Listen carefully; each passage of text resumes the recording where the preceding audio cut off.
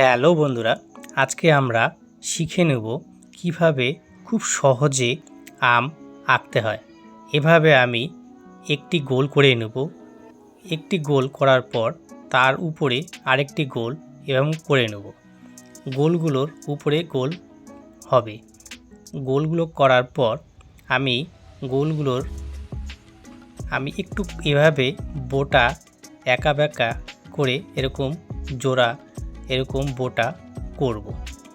মানে একটি ডালের মধ্যে দুটি আম ঝুলে আছে, আমাকে এভাবে বোঝাতে হবে।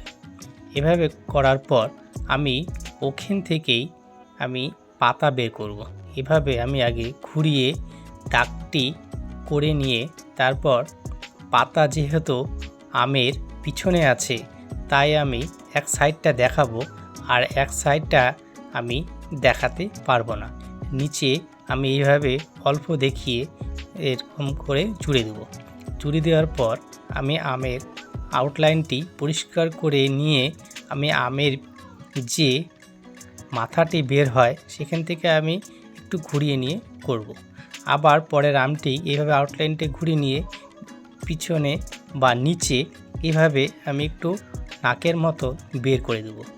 করে দেওয়ার পর পরের আম পাতাটি এভাবে আমি ঘুরিয়ে নিয়ে এক সাইডটা দেখাবো, আরেক সাইডটা এভাবে নিচ থেকে টেনে নিয়ে দাগটি এক সাইডে পাতার সঙ্গে জুড়ে দেব।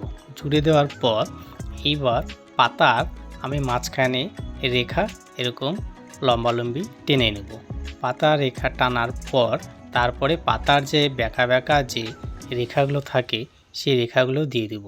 কারণ আম থাকার জন্য সম্পূর্ণ পাতা দেখা যাবে না, যেটুকু জায়গায় দেখা যাবে সেটুকু জায়গাগুলোর আমি এরকম বেঁকা বেঁকা দাগ আমি এরকম দুটো পাতায় আমি টেনে নেব। এভাবে পাতা টেনে নেওয়ার পর আমার আমটি কমপ্লিট হয়ে গেল। দেখো বন্ধুরা, আমটি কমপ্লিট হয়ে গেল।